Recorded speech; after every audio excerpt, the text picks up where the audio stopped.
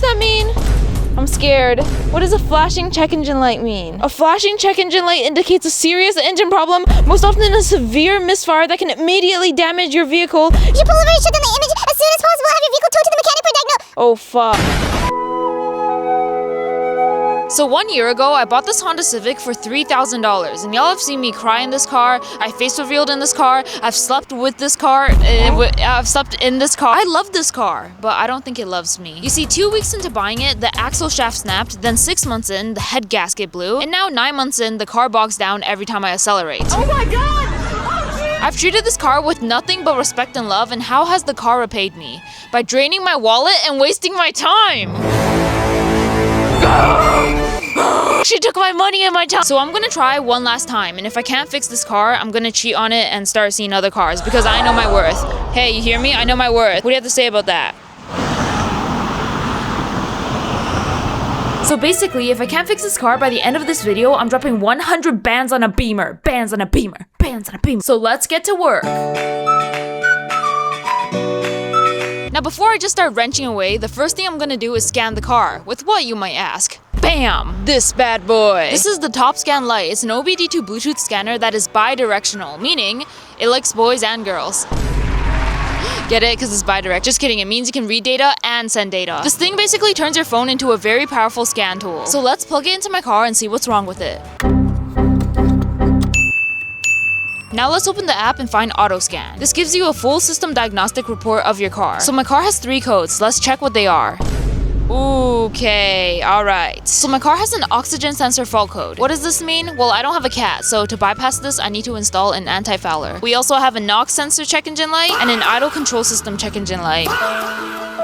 If I need any more information, I can check the live data such as the engine coolant temperature, the intake manifold absolute pressure, the engine RPM, and so much more. I'm also able to diagnose many other car brands such as Toyota, Chevrolet, Lamborghini, and no matter if you're a professional mechanic or a DIYer like me, you can get any information or solution using TopFix, which is their AI assistant. It tells you everything you need before starting a repair, such as the tools, the replacement parts, etc. With this tool, you're getting professional diagnostic functions for a fraction of the price. So if you guys want one for yourself, it'll be linked in the description below. And thank you to TopDon for sponsoring this video.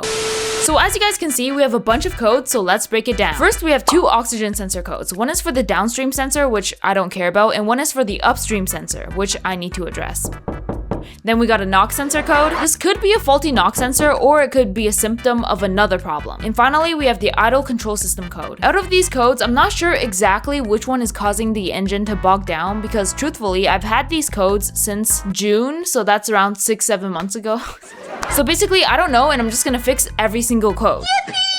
So the first thing I'm gonna do is replace the idle air control valve because this has been a problem for the past 20 million years, so let's get to doing that. It's just 2 bolts here in the back and some lines you have to disconnect at the bottom. And bam, here's the old idle air control valve and here's me installing the new one. And finally, it was done. But while I was all up in the engine, I noticed that the VTEC solenoid connector wire was broken. Now I'm not sure if this is the cause because my engine bogs down at low RPMs, but regardless, I ordered a new connector on Amazon and the next day, it came in.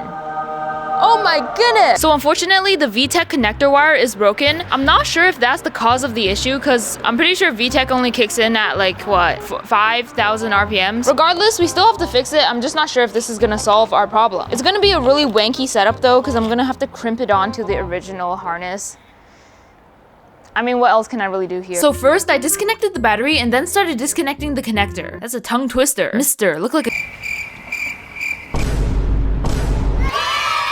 I finally got it off. And basically, my solution is gonna be crimping a connector to the new one and to the old harness. There we go. Just gonna twist this. And finally, I crimped it back onto the original harness. As you guys can tell, we got one side crimped and now let's connect this side. Yeah! Okay, that's strong enough. Then I heated it up and now we're 2 fixes done. Heated it up, heated it up. So the next thing I did was replace the fuel pump because a lot of the symptoms point to a fuel issue. The kit I bought came with a new filter, new hoses, and of course a new pump. By the way, we've spent $180 total so far. $10 on the VTEC connector, $126 on the idle air control valve, and $44 on the fuel pump. Now replacing the fuel pump is pretty easy. Just take out the back seat, the fuel pump cover, the electrical connectors, and unbolt the fuel pump assembly and replace all the parts in reversed steps, and boom, we are done. Alright guys, the next thing I'm gonna do is check the timing, so I need to take off the valve cover, the camshaft cover, and then turn the engine and make sure it's lined up and everything. Hopefully everything is in time. If it's not, I'm just gonna throw out this whole entire car. Like I literally don't care anymore. Like this stupid car literally is useless, it's old, it's not even fast, it's slow as f***, and it's ugly. It's ugly. So I started off by taking out the ignition wires and spark plugs. Woo! It's like one of the, you know the little juicers, you have to go drip, psh. This is what it reminds me of. Drip, psh. Drip, psh. And then it was time to jack up the car, but I kind of forgot that my car is too low to jack up and I don't have these ramps. So I decided, you know what, I'm just gonna check the ignition timing, even though that has nothing to do with the timing belt, but frick it, let's just do it anyway. You attach this thingy to the first spark plug wire, and so now let's attach the timing gun. The setup is ready, now let's start the car. Now bad ignition timing could cause power loss, but it would be consistent and not random like the symptoms I have. Why is the idle so damn high? Oh, what does that mean? Hold up.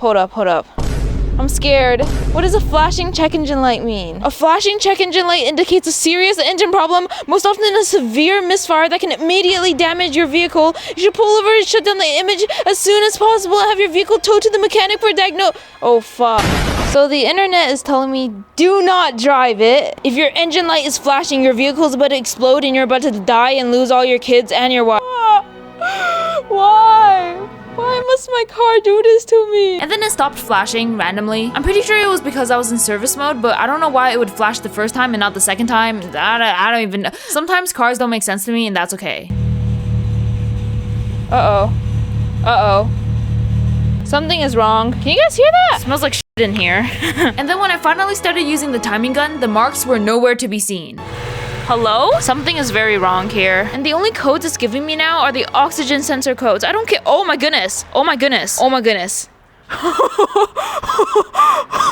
Oh my goodness. Oh my god.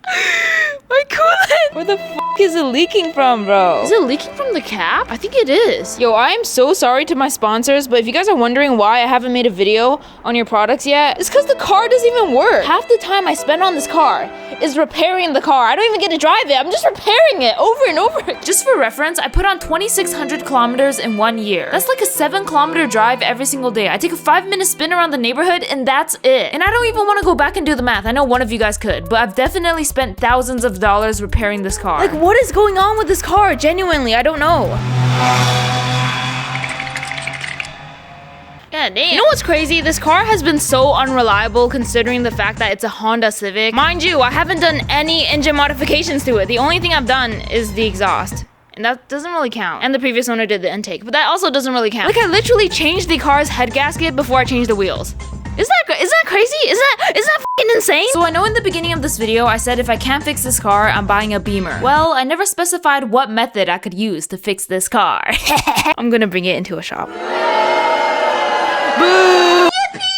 So let me break it down. I towed to the shop. They say I'm very hot. No, they did not. They did not say that. But they take it for a drive and the car's somehow alive. They say nothing is wrong, but I worked on it so long. So I'm standing there confused, feeling mechanically abused. It's like my car's disrespecting me in front of all the dudes. Oh my goodness, I can't do this. So yeah, basically the car started randomly working, but the second I bring it home, it stops working again. So I tow it back to the shop and finally we found the problem. So obviously the NOx sensor and the upstream oxygen sensor code came back on, so I got them to replace those parts. I had my own NOx sensor, so I just gave it to him, but the O2 sensor they ordered for me and boy, what the hell, boy? But that's what happens when you bring it into a shop. You kind of just gotta eat the costs. And then there were some things like cracks in my hoses that were causing a vacuum leak, but overall the total came out to $573.44. Oh my god!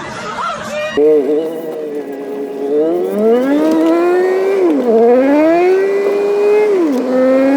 So as y'all can see, idle is looking beautiful, car is driving fine, everything is amazing, and then when I brought it home, I noticed that the head gasket was leaking. oh my god! Oh my god! Oh my god! Oh my god!